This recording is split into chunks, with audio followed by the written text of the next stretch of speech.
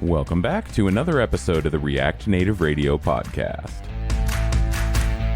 Episode 344, React Native 81, with Mazen, Tyler, and Frank.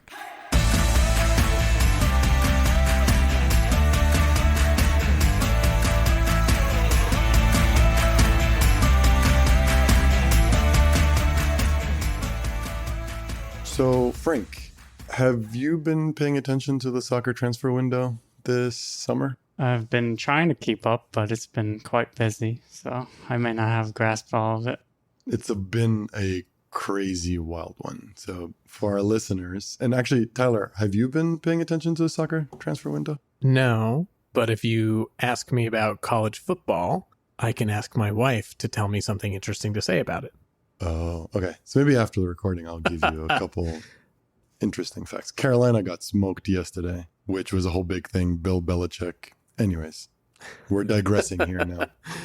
But yeah, the soccer transfer window was crazy. It was about $4 billion US dollars spent in the space of 2 months, maybe, which beat any summer transfer window of players. The highest one was like 2.3 billion or something. Oh, wow. And a lot of players moved. So teams are just buying players literally left and right, and kind of trying to make super teams and all that kind of stuff. So I think the Saudi teams are inflating that number a little, but yeah, the Saudi teams are buying someone for like, say, 100 million that no one would pay close to 25 million for. But England, Liverpool did make that huge transfer too, which is insane considering they've been in the top two the last several seasons. I mean, they won last season, and then for them to turn around and pretty much spend, I don't even know how much they spent. They spent way over 200 million, so, which is crazy.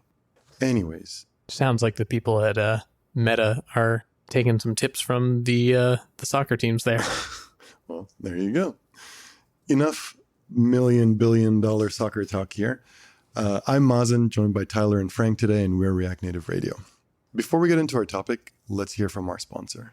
Infinite Red is a premier React Native consultancy located fully remote in the US. We're a team of 30 senior plus level React Native developers and support staff, and have been doing this for nearly a decade. If you're looking for React Native expertise for your next project, hit us up at infinite.red/radio.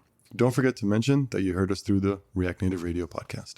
All right, let's get into our topic for today. This is actually going to be quick followed by another episode where we talk about Expo, but for this one, we're going to talk about React Native 81. I keep wanting to say 0.81, but I feel like we all say just 81. We've all forgotten about that trailing zero. That big old nothing of a zero. Exactly. Yeah, which I think we're going to see for a very long time. Frank, can you get us started? Sure. So one of the main highlights of 81 has been the support for Android 16. So what that means in terms of edge-to-edge display, there's no way to opt out of that. The previous release, we saw them introduce it with the work by Mathieu, aka Zuntech. A lot of great work across, I don't know how many different repositories to get that implemented. First in Expo and then later upstream in React Native. That's great that that's here. No more discolored bars on the edge of your Android apps on your nice screens and things like that.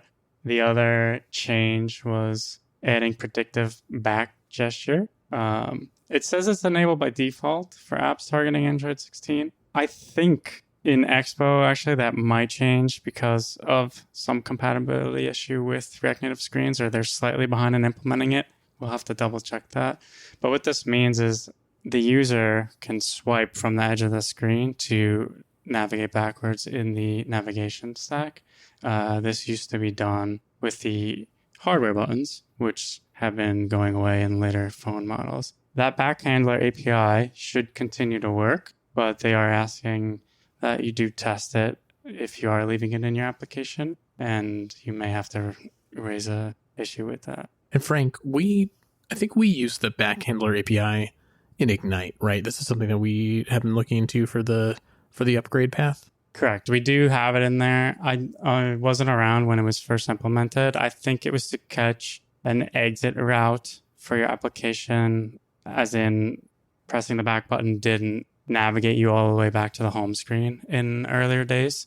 And I think Ignite had a feature where, hey, if you're on one of these main screen routes or the home route and you tap the back button, they listen for that and then would jump you out of it, which seems to be the default with the predictive back gesture at this point. So yeah, we'll have to double check that. Yeah, this is actually going to probably affect my client too, because we have a scenario where you are building your cart and you're like customizing a specific item within your cart and the user swipes away.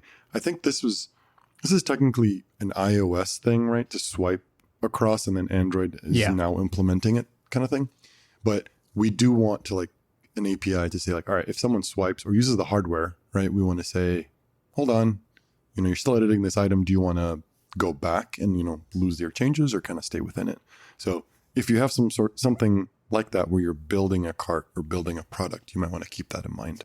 It's nice when the two platforms do some of the cross-platform homogenization work for us. Really like when they converge on something that is similar between the two major platforms is very nice. Makes cross-platform development easier, right? Sure That's does. what you're saying. Yeah. And one of the main other points to Android 16 would be the 16 KB page size compliance. The React Native's already 16K compliant, and you'll have to ensure the native code and other third-party libraries you're using also support that. But if you haven't upgraded React Native in a while, you may be getting some warnings from Google Play. I know I have several of them in my inbox, and you'll have to target the new React Native version to be compliant with that feature. This is something you'll want to get on pretty quickly too. I know that if you have a large user base and you're getting a wide diversity of Android devices running your app, the old 4K system, like the switch between them is causing some real crashes, and you might even be seeing like bad behavior alerts in Google Play. So if you've been getting those periodically in the last like month or two, this might be the root cause. I know a couple people in the community have experienced that sort of thing where they hadn't upgraded. Google will eventually force you. I think they're giving people until January or something. They have a few months, but the phones that need the 16K page size are rolling out. So if you have a large enough user base, you might be experiencing issues.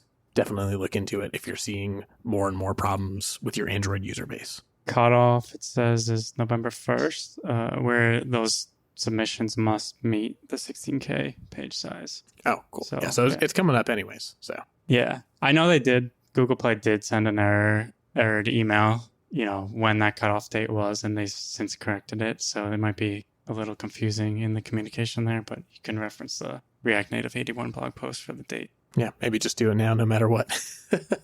Right. Can't hurt. I'm all for get upgraded early so that you can kind of prevent any issues down the line, because specifically Apple, I think, doesn't make it easy to kind of get your reviews in. I know it's getting better these days, but just get ahead of it. And the way React Native and Expo are moving right now, a lot of good things are happening and a lot of good things are coming out so that you kind of give that really good performant experience to your users. Yeah, that's a good point. We see this in React Native. You can only continue to maintain so much code and so much legacy architecture going forward. And so like you had that rift with the new architecture, and now they're dropping legacy. And the same will go for the OSs upstream that we're building off of, right? We're not just in our own world. The core of it is Xcode and iOS and Android, and those things have to move along too, and they can't just keep backwards compliance the whole way through. It's just impossible. Yeah, and I think actually, Tyler, you're going to tell us the next point. I think the next point kind of speaks a lot to this. This one is, I think it's exciting. It's going to stop me from making a mistake that I make all the time. So they are finally like actually deprecating safe area view, which this is just something that I over and over make this mistake.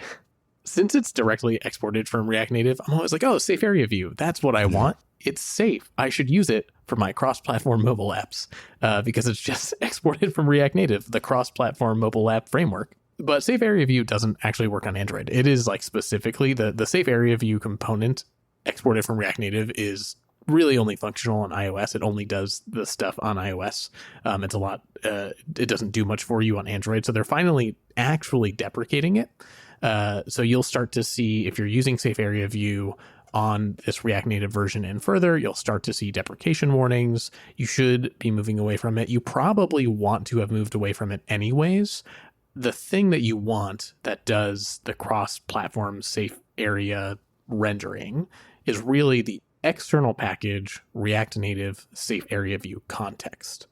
That's the one you want to be using, both for the component, and it also exposes a hook. We use this in Ignite where you can get the values, which is really nice. So if you're doing some sort of custom theming that cares about the safe area, you can actually just hook into the numeric values that correspond to where the safe area is.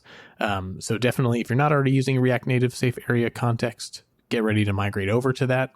It's still a warning. I think the component will be available, so you're not going to break immediately, but time to fix the mistake that I personally make all the time. Y'all remember the slimmining, right? Yes. The major slimmining moving to the community packages. This is one that surprises me that did not make the cut.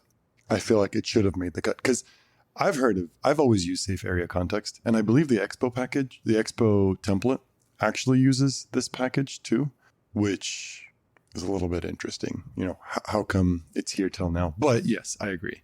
It moving away is a great thing.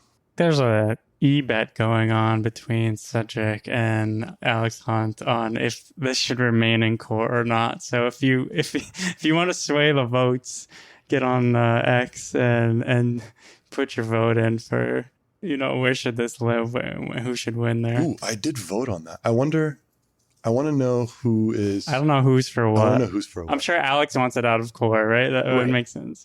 I will share my vote, which I probably already said already. I put, should we keep Safe Area View in React Native Core? No. The votes are currently 44.9% no, 40.1% yes, 15% here for the popcorn. So we'll see who wins that one. Next up is the community maintained JavaScript core support. So with React Native moving to Hermes as the default engine, they announced last year that JSC engine will be a community maintained package going forward. So that's happening in this version. The repository will be under React Native community. Like there are some other packages out there that they've moved out during the Lean initiative. So if your app is still on JSC engine, and I know personally on our client projects, it doesn't feel like we have any. I think we met a few folks, maybe at Chain React and other conferences that are still using it, but they may have interest in this repository in maintaining it. Maybe you have ideas for the path it should take now. You can have more of a pull and a say in that direction. Have they announced, or have you seen anything about who is leading the maintenance on this? I'm looking at the contributors now. It looks like a little bit of CallStack, a little bit of Expo, maybe Software Mansion. Mazen said something about Oscar from CallStack taking the lead on it. I think from what I could tell, it was Oscar that's kind of taking the lead on this right now. I could be wrong. Oscar could let us know. Cool. So they're not just punting it to like, oh, whoever in the community. Like there's, CallStack does a great job maintaining a lot of these foundational packages. Yeah, that makes a lot of sense. Yeah, I forget what community package it was, but maybe it's Flipper, right? Yeah. They were like, oh, who wants this? And everyone's like, yeah, hands down. Yeah, exactly. Don't make eye contact. Yeah. But there are real use cases for JSC over Hermes sometimes, because there are a few scenarios where the performance characteristics of JSC are better than Hermes. Not overall, generally, but I think JSC maybe does better at JSON stringify. So if you're doing that a lot, sometimes there's some reason there. Or I know some people are using particular, very in-depth, there's a particular support for something that's sort of edge case on it where the JSC version's working and Hermes doesn't for them. So if it's better at the stringify thing, maybe Legacy Arc projects would kind of stick around with that engine more likely. So yeah, speaking a little bit of the new architecture, things changing, performance, React Native 81 is going to come with something really cool. Been super excited for this for a long time. I feel like they've hinted at this for months, maybe even a year. precompiled React Native dependency. Super cool. I think it's technically listed as experimental. But what's happening is Meta is going to distribute on iOS the React Native dependency as just a precompiled binary. So you get two major benefits. The first is it eliminates a whole category of build errors that a lot of consumers have. So this is like if you're building a React Native app and your Xcode is in a weird configuration, maybe you did something weird with your dependencies, maybe your dev environment isn't totally there. There's, all sorts of things can go wrong with a local or even a CI Xcode config. Meta's just going to give you, it'll probably be an XC framework. You'll just be able to, like, when you build, your Xcode doesn't have to go through building all of React Native from source, right? So fewer things can go wrong. I think one thing that kind of highlight on that point too is, I know when we talk to native devs, they're like, well, why do I have to install all this tooling and, X, Y, Z? It's a lot of stuff I'm adding to my machine. Before, say I was an iOS developer, before I just downloaded Xcode and I was done. I had nothing else to do. Well, our answer usually is, well, this is cross-platform. You're building for more than one platform. You need all this tooling.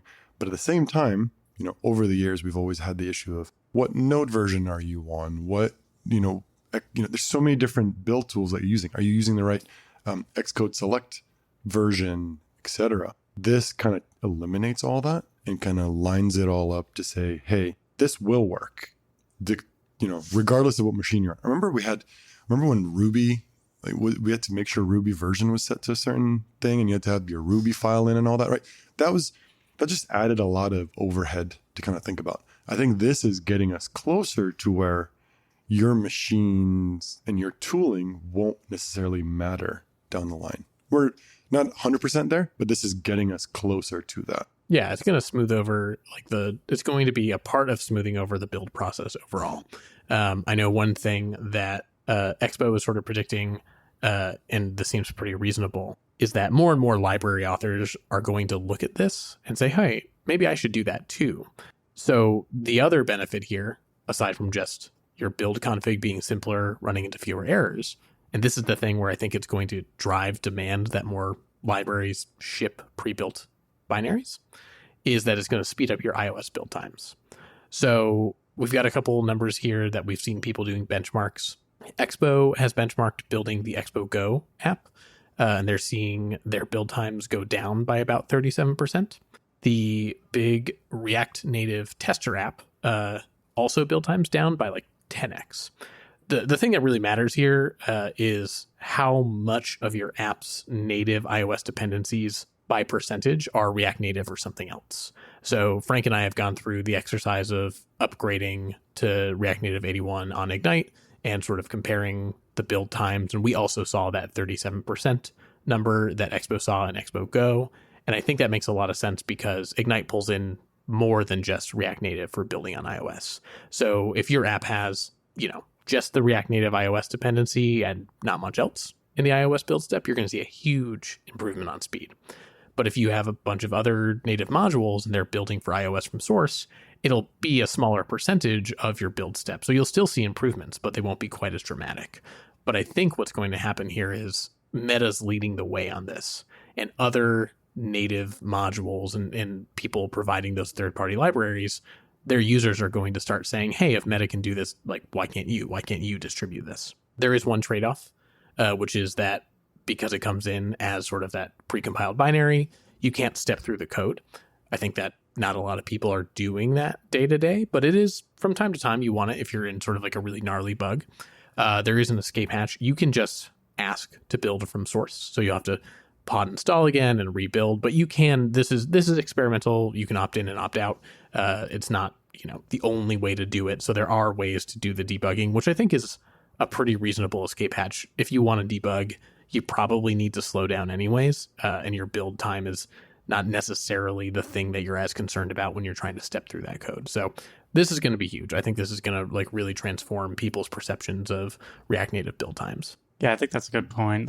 If you want to drop into that native level to do the debugging, and likely if, that's your workflow or the skill set that you have to proceed with, like for your application, you're going to be familiar with the build tooling and all the hangups that go along with that. Whereas probably a good amount of the community where React Native's just made it so easy to build an app, and now you have AI generating apps just based off prompts, and they don't have this bearing of what the heck does this error mean. This will probably help open source maintainers just ditch all these errors about, the build tooling and not having your environment set up correctly, which I know we point to so many times on certain issues, like, hey, go over to the environment setup page, make sure you have all those things installed. If that'll help smooth it out for some more of the hobbyists, and then,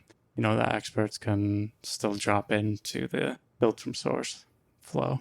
Cool. So I think kind of like that highlights the major updates. I know it sounds like, 3 big, or you could say 1 or 2 big ones being, the precompiled and JavaScript core support, while Safe Area View and Android 16 are kind of like minor updates, but these are all pretty big, right? Precompiled, we kind of left it for the end where most of our discussion has been around, is because this is huge. Tyler said 37% improvement. Like that's crazy, right? We all had Intel machines. The whole joke of go get coffee and while it's building went away when the silicon chips came out.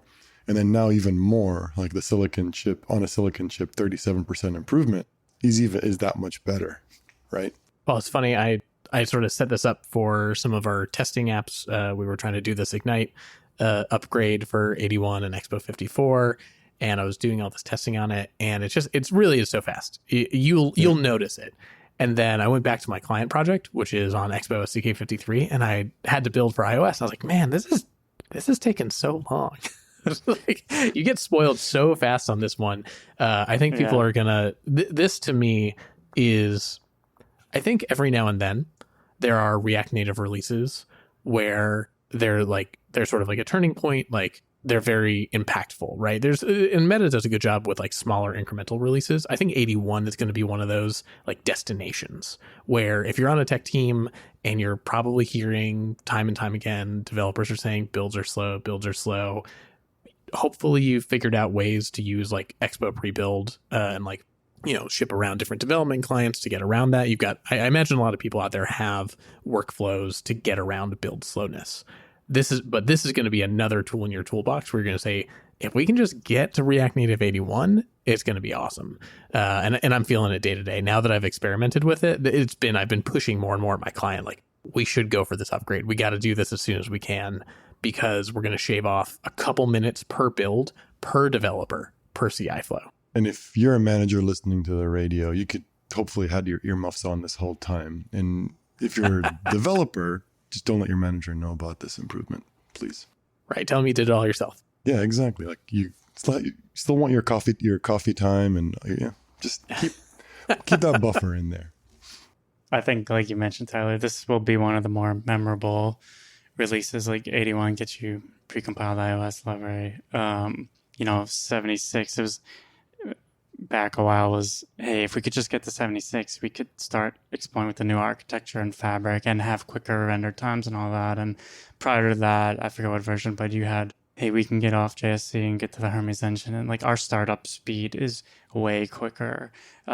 These are kind of those big milestones where, it is one of several headlines in a blog post, but this will be, one of the ones that is this big rift, and a good rift to remember it by. Yeah, absolutely. Totally. Yeah. I think other things to kind of note, I always like to mention breaking changes. Not many in this scenario, but minimum Node.js is now bumped to 20.19.4, which is the latest maintenance LTS. So kind of keep that in mind. Also, improved report for uncaught JavaScript errors. That's great. DevTools now shows you the original message. The stack trace of the uncaught message is cleaner, and you can kind of, what you're reading. You don't have to be like, all right, what screen was I on? And then kind of go through the code and figure it out, right? It'll hopefully get you pointed to it. This goes back to what version? It was exactly a year ago from today, actually recording. React Universe is happening right now. And this is when Alex Hunt actually, announced DevTools. So again, another scenario of DevTools getting better to make it easier for us to read our errors and make it easier to understand what's happening. One more breaking change. The minimum Xcode version has been bumped to 16.1. I will say, if you are using Nitro modules at all, you've probably already run into this. Nitro modules have some problems before Xcode 16.2. So personally, I'd recommend just getting as modern as you can, especially if you're using Nitro modules. I think that's true for Xcode releases in general with React Native. Staying up to date really makes a big difference. But you probably are going to run into build issues with Nitro modules before 16.2. So you may as well stay ahead on this one. Right before, going back to saying stay up to date with your updates and all that kind of stuff. Right before we came on here, I wrapped up my pull request for moving to Unistyles v3, which requires Nitro modules, and the CI broke. And I was like, haha, I know why. So my last commit before coming on here was bumping our CI to 16.4 to kind of get around that. And it passed. Android broke for some reason with that, but I'll figure that out later. So classic. Yeah, right. Awesome. Well, you guys were all talking about upgrading Ignite. When can we expect that release to come out? No pressure.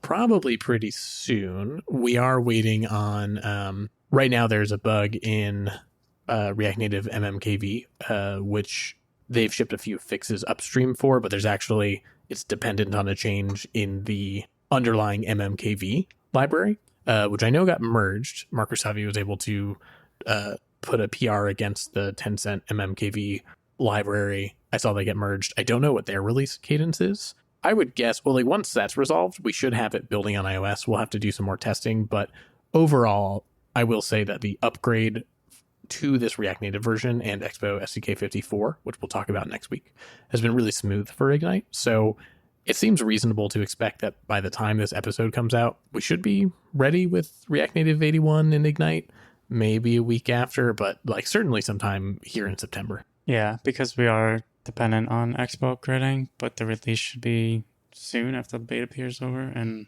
we could definitely mark a NPM tag to beta the next version of Ignite with 54. Usually, we like to take a first spin on several client projects first, but like Tyler said, this one's been pretty smooth feeling. So hopefully sooner rather than later. Awesome. Cool. That's good to hear. And again, as always, I like to end these episodes where we're talking about React Native upgrade versions. This is a team effort from everyone in the community, and we really appreciate it. If it wasn't for all the hard work that everyone put in, we wouldn't have such a great product. And, quite frankly, for me, a job, because kind of centered my entire career around this at this point. Hey, me too. Exactly. We're all in the same boat here. And even our listeners too.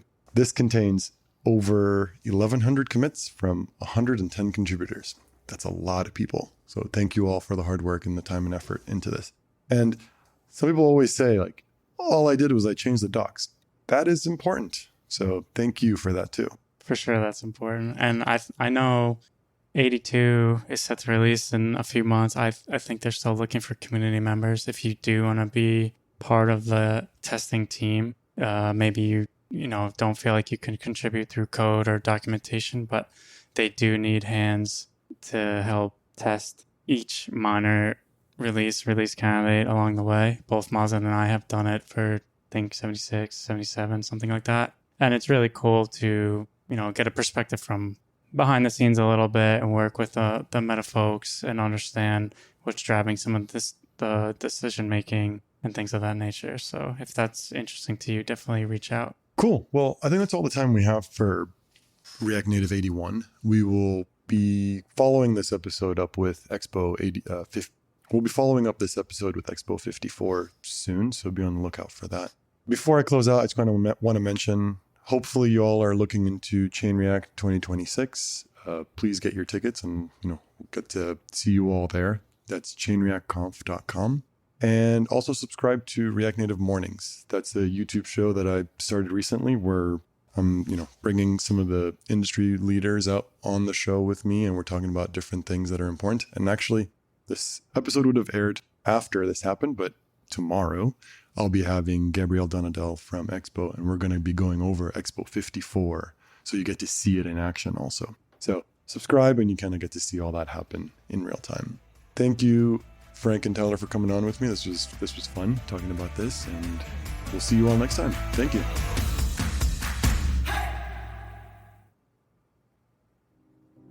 As always, thanks to our editor, Todd Worth, our assistant editors, Jed Bartosky and Tyler Williams, our marketing and episode release coordinator, Justin Husky, and our guest coordinator, Mazen Chami. Our producers and hosts are Jamin Holmgren, Robin Hines, and Mazen Chami. Thanks to our sponsor, Infinite Red. Check us out at infinite.red/radio. A special thanks to all of you listening today. Make sure to subscribe to React Native Radio on all the major podcasting platforms.